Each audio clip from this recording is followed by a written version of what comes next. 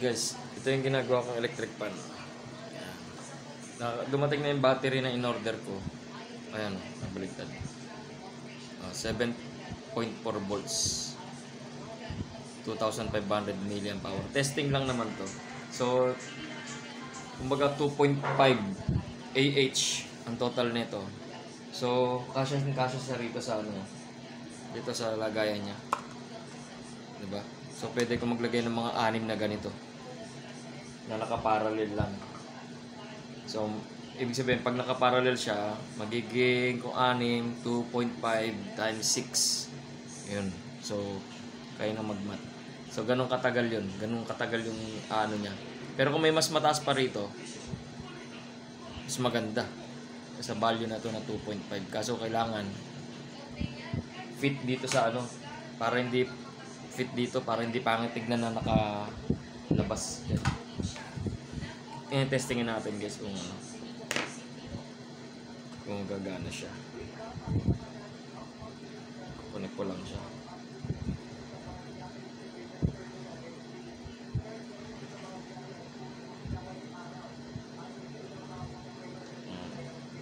Tapos gagawin din natin to guys ng ano, pwedeng i-charge sa solar. Okay. Kasi baka tamaan ako ng LC.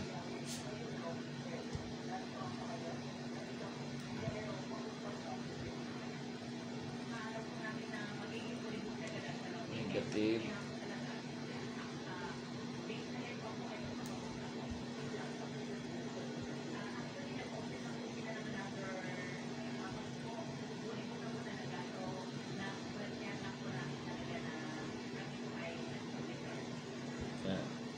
Negative. Tapos yung positive natin, kukonect natin sa baterya. Yan guys. May hangin. Ayan, may hangin. Okay. Natin. Ayan yun.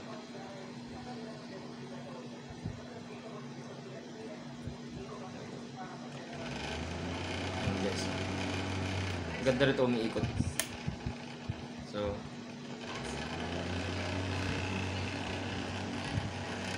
siya. So, yan ang gagamitin natin guys dito sa battery na to. Pero madami pa akong ano dito, didikit dito. Ipapakita ko na lang sa inyo mamaya kasi magdidrill ako rito eh. Maglalagay ako ng para sa charging. Para sa charging ng battery. Tulad ng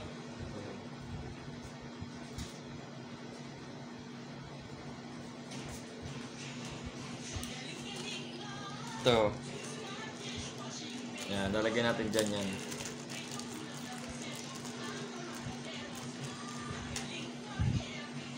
Yan guys. Okay, lalagyan natin somewhere dito sa mga ano, dito, papakita ko sa inyo. Dito. Diyan, or basta somewhere. Okay? Tapos maganda rito guys, may LED rin. Tapos may USB. Oh. Ito yung USB module natin. Ito. Okay, ano to, back converter to. Kumbaga 7 volts. Ibababa niya ng 5 volts para sa USB. Para hindi masunog yung mga device. Okay, 1 ampere to.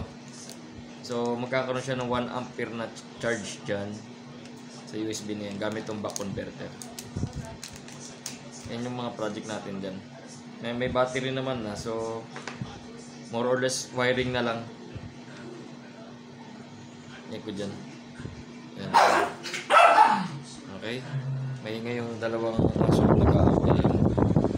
Tsaka yung alpha male na isa. Okay, isa.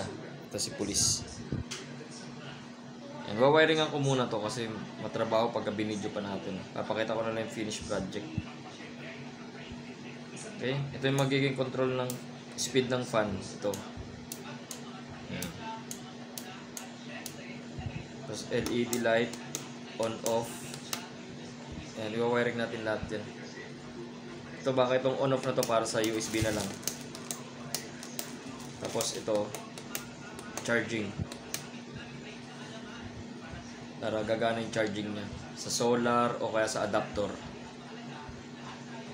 Okay, yan ang gagawin natin. Okay, tapos na-testing natin itong battery na to.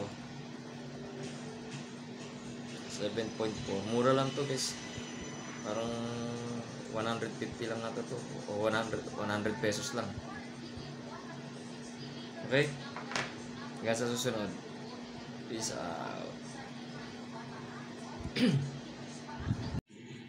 Okay guys, update lang sa ginagawa natin. Okay. Nakabit ko na yung para sa charging natin. Ayun o.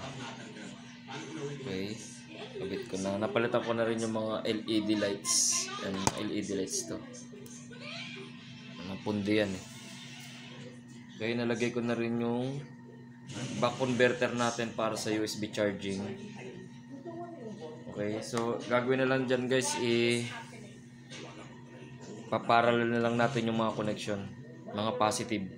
Ito lahat to positive. Ayan, positive, positive. Ito positive para sa electric fan, positive para sa LED, tsaka input para sa back converter para sa USB. Tapos ko-connect na natin sa battery natin. Ito yung sample battery natin, 7.4. Ayan. So bibil pa tayo madaming ganito. Lalagay natin lahat dito sa loob na to para kahit overnight hindi siya mamamatay. Tapos kinabukasan pwedeng charge sa solar. Okay, dito pwede natin kargahin solar eh. Ayan. Dito. Okay. Parang ganito yan guys. Oh.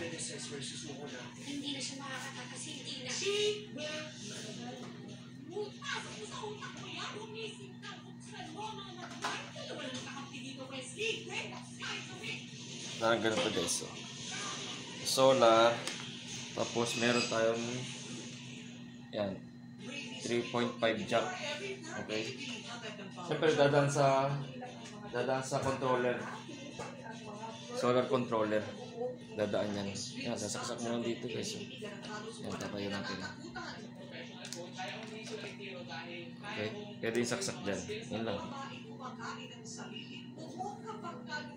Yan. Ang ganyan guys. So connected sa solar o kaya sa controller.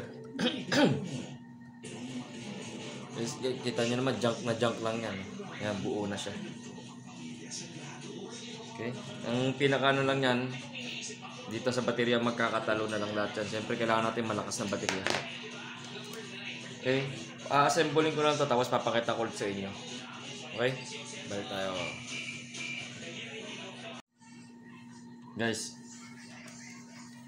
Na-connect ko na lahat. Okay, ito sa charging.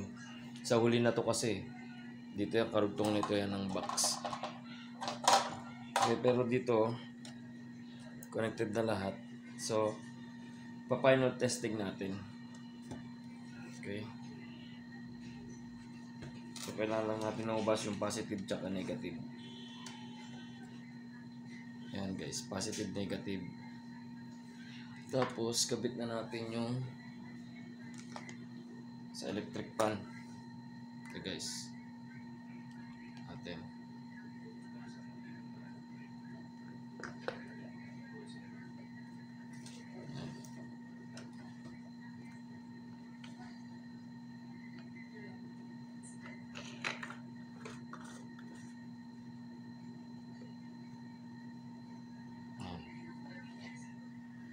Okay. Ngayon sa baterya, connect natin yung baterya malit. Itong malit na to. Sa negative. Ito yung pinakas natin baterya natin. So magkakatunan talaga sa baterya. Ayan, negative, ito yung positive. Tingnan natin. On ko yung LED guys. LED. Ayan. Tapos kung nakaano yung baterya. Ayan guys, may ilaw siya. Okay, pwede natin off yan. Ayan. Off. Okay, sa electric fan. Okay, ito yung pinaka-speed natin yan. Ayan, kita nyo. Okay, yan pinaka-speed.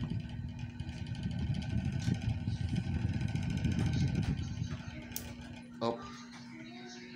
On. Ano pa, ano? Tanggal yung ano, negative.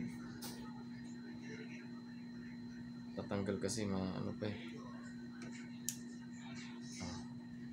Tatanggal yung ano eh. Negative ay yung positive niya. Ayan.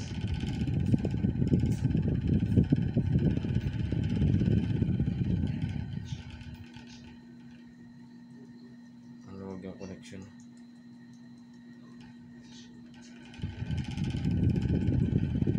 Okay. Ngayon yung natin siya. Yung USB gusto ko ma-testing.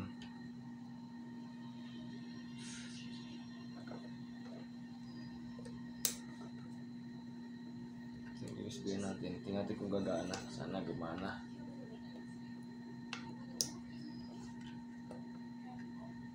Hirap pala pag na-LC. Sana gumana. Natin.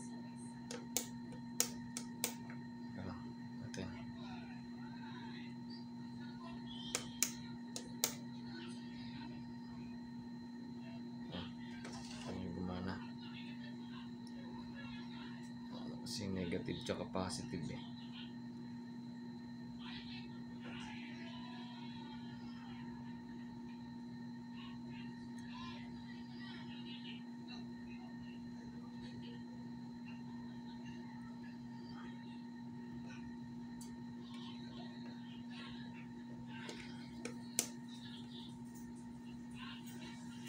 Natin ayaw. Hindi kasya eh. Kasya dun sa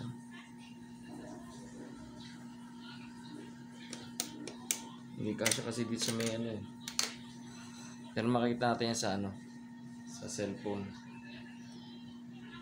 Okay, at least yan, gumagana na kanina yan. Na-testing ko naman na yan. So yan ang pinaka final project natin. Okay, okay, LED. Yan.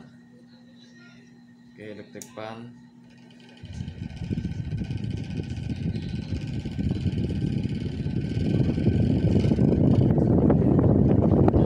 So, kailangan lang madaming baterya. Okay. Yan ang ano dyan. Kagandaan yan. Ito maliit lang yung baterya natin eh. 2.5 lang to eh.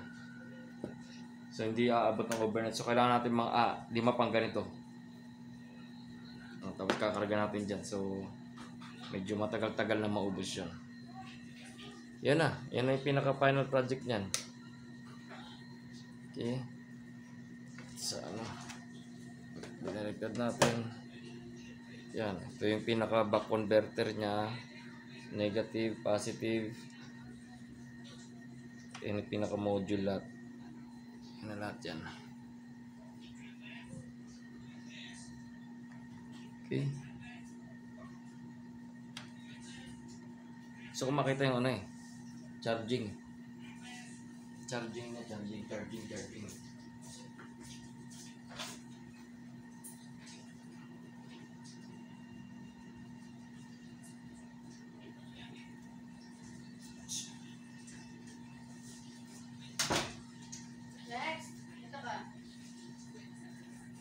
So guys, check natin yung charging no. So makita, bago ko isara to, bago ko i-mount na lahat.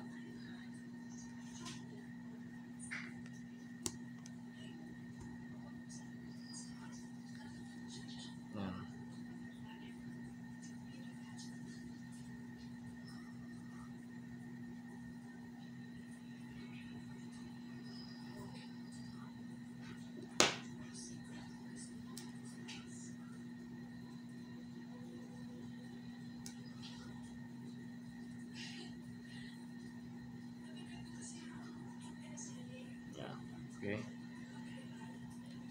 Tapos, to USB.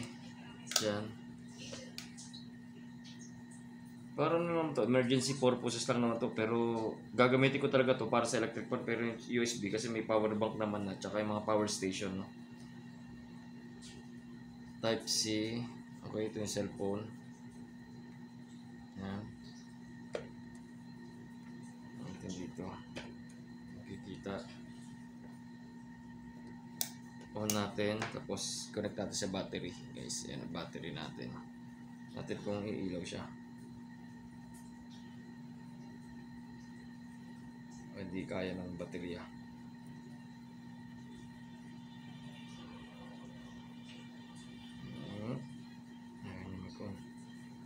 Yun. Guys, nag-on.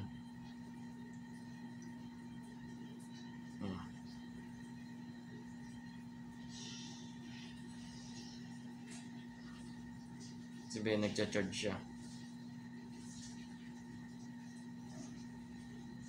Tingnan natin yung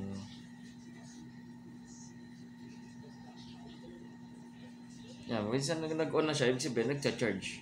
Diba? Kasi kinarga ko ng baterya. Ayan yung baterya niya.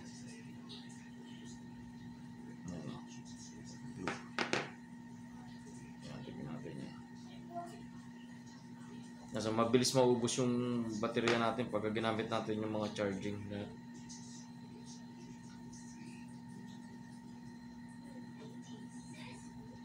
Mabubuhay siya hanggang dulo.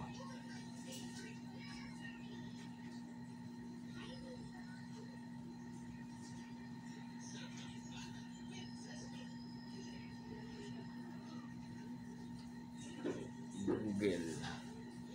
Okay? Yan, pinaka-final project natin. So, gumagana yung USB kasi nabuhay yung cellphone.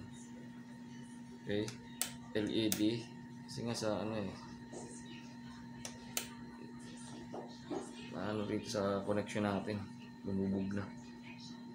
Lumubog na yung pinaka dito. Ayan guys.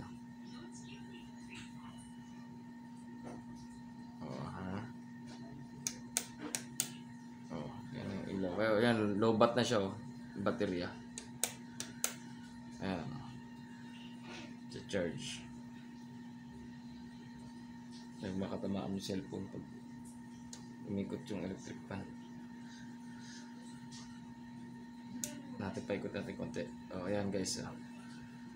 Lahat gumagana, isang baterya lang. Oh, ha? Okay? Lahat ng module, kung gusto nyo, i-comment nyo lang, i-link natin. Pero masi-search nyo naman siguro yun. Okay? Pwede natin lakasan yung electric fan yan guys.